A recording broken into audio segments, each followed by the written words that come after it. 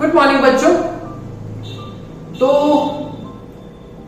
Scalar quantities और vector quantities का last lecture में हमने टॉपिक समझा था।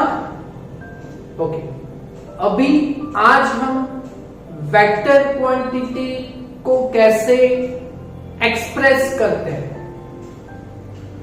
उसके टाइप्स है ना, वो समझने वाले हैं। ओके, और इन सब में सबसे इंपॉर्टेंट है दैट इज यूनिक वेक्टर का कॉन्सेप्ट। ओके, तो ये यूनिक वेक्टर का कॉन्सेप्ट बराबर समझिएगा।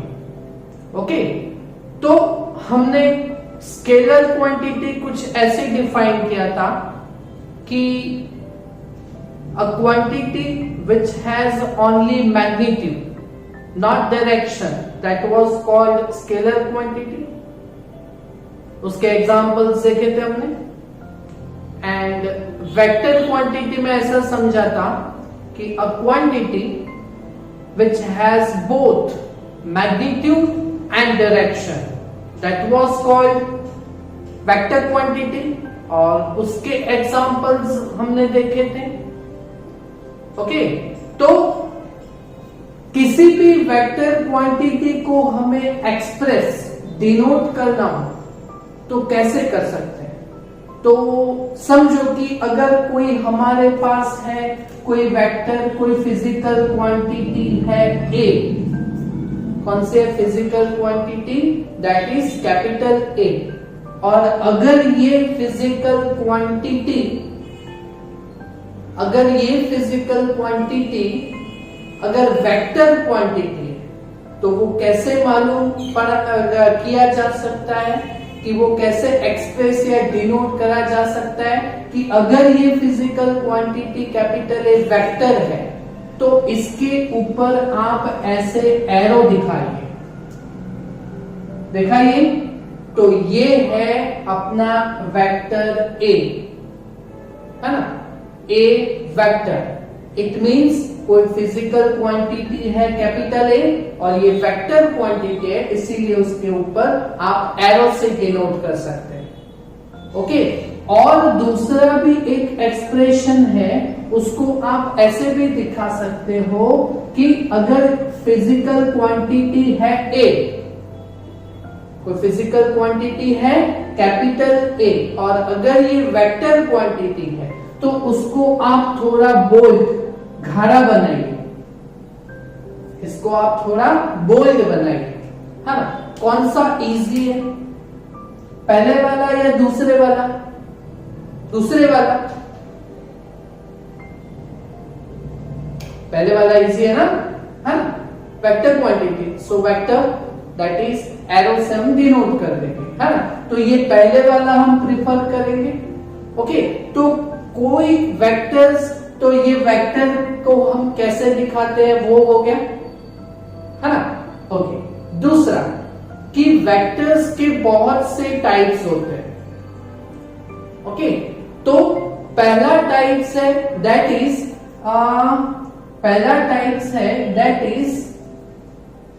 बोलिए, पहला टाइप्स है, वैसे तो मैंने यहाँ पे दो दिखाए हैं, जीरो वेक्टर और unique vector, parallel vector. Okay, तो एक वेक्टर है कुछ ऐसे, वेक्टर ए, और दूसरा वेक्टर है ऐसे, that is vector B. Okay, देखो अभी ये दोनों जो वेक्टर्स है उनका डायरेक्शन सेम है, दोनों एक्स एक्सिस से बिलोंग करते हैं, both are parallel to each other. इन दोनों के बीच कभी इंटरसेक्शन नहीं होगा, that is why theta will be 0। They will not intersect each other। Okay, तो इन दोनों को हम क्या बोलेंगे? पैरेलल वेक्टर, है ना। मैग्नीट्यूड देखो, ये बड़ा है ये छोटा है, तो मैग्नीट्यूड से हमें कोई लेना देना नहीं, डायरेक्शन सेम है ना, तो vector with same direction that is called parallel vector. Okay, अगर कोई वेक्टर ऐसे हो, वेक्टर के ऐसे है और वेक्टर बी ऐसे है ना, तो यहां पे two vectors are opposing to each other, है ना। इसमें theta is equal to 0 degree था, तो यहाँ पे theta is equal to 180 degree होगा। यहाँ पे 0, 90 और 180, तो 0 to 180 डिग्री का एंगल है parallel, anti parallel to each other, है ना। So two vectors opposing each other, that is called anti parallel vectors. Okay, अगर दो वेक्टर्स का मैग्नीट्यूड भी सेम हो, अगर दो वेक्टर्स का मैग्नीट्यूड भी सेम और डायरेक्शन भी सेम, ये बोला देखो ये और ये में क्या फर्क है, इसमें साइज मैग्नीट्यूड में बड़ा छोटा है, बट इसमें दोनों में सेम है साइज, है ना। तो इन दोनों with same magnitude and same direction, तो इसको बोलेंगे हम इक्वल वेक्टर्स। ओके, इसको बोला है हमने एंटी पैरेलल वेक्टर्स। ओके, और इसमें इसको बोला है हमने पैरेलल वेक्टर। क्लियर, बराबर। ओके, और एक टाइप्स है दैट इज अनइक्वल वेक्टर्स, है ना, डिफरेंट वेक्टर्स। तो एक वेक्टर कुछ है कैपिटल ए ऐसे और दूसरा है कुछ ऐसे, तो ये देखो इन दोनों का डायरेक्शन चलो कि कुछ ऐसे दिखा देते हैं, है ना। तो किसी भी डायरेक्शन में ये दोनों वेक्टर्स, है ना, तो ये इन दोनों वेक्टर्स को हम क्या बोलेंगे, नॉन इक्वल या अनइक्वल वेक्टर्स बोल सकते हैं। ओके, तो ये टाइप्स आपको समझ में आए, सिर्फ समझना है, इसको लिखने का कोई जरूरत नहीं है ना। अभी ये जो वेक्टर है उसका ये जो पोर्शन है, तो इसको हम बोलते हैं हेड। ओके, और ये जो पोर्शन है तो इसको बोलते हैं हम टेल, हेड एंड टेल। इसको बोलेंगे हेड और इसको बोलेंगे टेल। क्लियर, तो ये टाइप्स आपको समझ में आए, है ना। अभी जो मेन बात है ना, तो जो दूसरे टाइप्स है यहां पे, तो that is zero vector, that is zero vector. अच्छा, तो what do you mean by zero vector, है ना। तो a vector with magnitude or value, what you can say, a vector with magnitude और value, उसका कितना हो, तो टर्म में ही लिखा है ना, a vector with magnitude of 0, that is called zero vector. If any physical quantity has zero magnitude, then that physical quantity is, if a vector quantity, then it is a zero vector. Clear? समझ में आया? आपको zero answer कब मिलता है ना। कोई physical quantity, अगर कोई फिजिकल क्वांटिटी है +5 और दूसरा फिजिकल क्वांटिटी का वैल्यू इतना ही है बट अपोजिट है, दैट इज -5। अगर इन दोनों का अगर आप एडिशन करोगे तो 5 + -5 दैट इज इक्वल टू 0, है ना। तो जीरो वेक्टर आपको कब मिलता है, तो when two vectors are added but same magnitude and opposite in direction. दो वेक्टर्स है जिसका मैग्नीट्यूड सेम है, वैल्यू सेम है, but opposite in direction. So if one is positive then other is negative, है ना। तो if two vectors with same magnitude and opposite in direction are added, then we will have a zero vector. Clear? For example, vector A plus minus vector A. कोई vector है A, उसका magnitude, दूसरे का भी magnitude A ही है but वो negative direction में, तो that is minus of A. तो vector A plus minus of A, then we will have a zero vector. Clear, बहुत इजी है, कुछ हार्ड नहीं है, आराम से समझिए। फाइन, दूसरा पॉइंट कि हमें मालूम है इफ एनी पार्टिकल और vehicle moving with a constant velocity means एक ही वेलोसिटी से वो मूविंग कर रहा है ना, उसका वेलोसिटी ना तो बढ़ रहा है ना तो कम हो रहा है. Okay, so no change in velocity, no change in velocity, no change in the rate of velocity, है ना. तो the rate of change in velocity is known as acceleration. तो एक्सेलरेशन जीरो आएगा अगर कोई व्हीकल या पार्टिकल कांस्टेंट स्पीड या velocity से मूविंग होगा, तो उसका एक्सेलरेशन जीरो आएगा ना, नो चेंज इन वेलोसिटी. मालूम पड़ रहा है. तो ये एक्सेलरेशन है वो वेक्टर क्वांटिटी है, velocity vector quantity, acceleration vector quantity. समझ में आ रहा है मैं क्या बोल रहा हूं?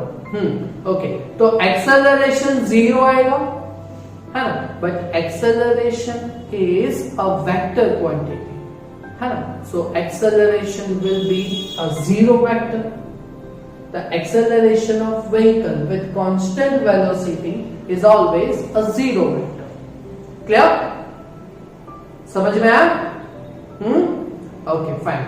चलो अभी हम हमारे दूसरे important topic that is unit vector, है ना, उस पे हम फोकस करेंगे.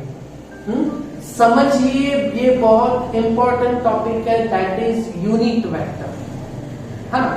तो what do you mean by unit vector, है ना. तो उसके टर्म में उसका वैल्यू लिखा हुआ है ना. तो physical quantity, a vector with magnitude of 1 unit, a vector with magnitude of 1 unit is called unit vector. A vector with magnitude of 1 unit is called unit vector. Zero vector, a vector with magnitude of 0, that is zero vector. A vector with magnitude of 1 unit, that is called unit vector. Okay, और unit vector को हम कैसे express denote करते हैं? तो unit vector के लिए हम देंगे n, स्मॉल n, और उसके ऊपर कुछ ऐसा किया गया हुआ है, दिख रहा है आपको, है ना. तो उसको हम बोलेंगे कैप, एन कैप. दूसरा बोल सकते हैं कैप का दूसरा वर्ड है हैट, तो एन हैट भी बोल सकते हैं. और दूसरा एक वर्ड है दैट इज कैरेट, तो एन कैरेट भी बोल सकते हैं. Cap, hat and caret. What is easy? Caret, hat और cap. Cap is easy word, है ना. सो हम बोलेंगे unit vector that is n cap, n cap. Okay, तो a vector with magnitude of 1 unit is called unit vector, है ना. तो अगर कोई वेक्टर है हमारे पास कैपिटल ए, कोई वेक्टर है हमारे पास ए वेक्टर, तो अगर उसका यूनिट वेक्टर हमें देना हो तो आंसर 1 कब आता है? आंसर 1 कब आता है? 5 divided by 5 you will have 1, 10 divided by 10 you will have 1, है ना. तो यूनिट वेक्टर दैट इज दो वेक्टर्स का रेशियो से होगा, डिवीजन से होगा. सो अगर कोई वेक्टर है ए, तो उसका unit vector n cap of A, unit vector of A that is n cap of suffix में कैपिटल ए. तो उसका अगर यूनिट वेक्टर का डेफिनेशन देना इक्वेशन वाइज, तो वो कैसे देंगे? Vector divided by its magnitude, vector A और divided by magnitude of vector A, है ना. ये इंपॉर्टेंट है. देखो हमने डिब्बा बनाया हुआ है ना, ये इंपॉर्टेंट है ना. किसी भी क्वांटिटी, वेक्टर क्वांटिटी का यूनिट वेक्टर अगर हमें एक्सप्रेस करना हो, है ना, तो कैसे एक्सप्रेस कर सकते हैं? वेक्टर और उसके डिवाइड में उसका मैग्नीट्यूड. तो हमारे पास है यहाँ पे वेक्टर ए, तो वेक्टर ए का unit vector that is n cap of A, that is A vector divided by magnitude of A vector. Okay, तो दूसरा एक है, तो अगर ये वेलोसिटी का वेक्टर है तो वेलोसिटी का यूनिट मीटर पर सेकेंड होगा, but unit vector that is अगर ये वेलोसिटी का होता ऊपर मीटर पर सेकेंड, डिवाइड में भी मीटर पर सेकेंड मैग्नीट्यूड, तो मीटर पर सेकेंड डिवाइडेड बाय मीटर पर सेकेंड कैंसिल ही हो जाएगा, है ना। तो यूनिट वेक्टर का कभी कोई यूनिट नहीं होता, it has also not dimensions. Chapter 2 में आपने डायमेंशन फॉर्मूला देखे, MLT फॉर्म, है ना। तो यूनिट वेक्टर ये दो सेम फिजिकल क्वांटिटी का रेशियो है, that is why unit vector has no unit, है ना, no unit and no dimension. Clear? Okay, अभी दूसरा इंपॉर्टेंट टॉपिक, ये समझ में आया?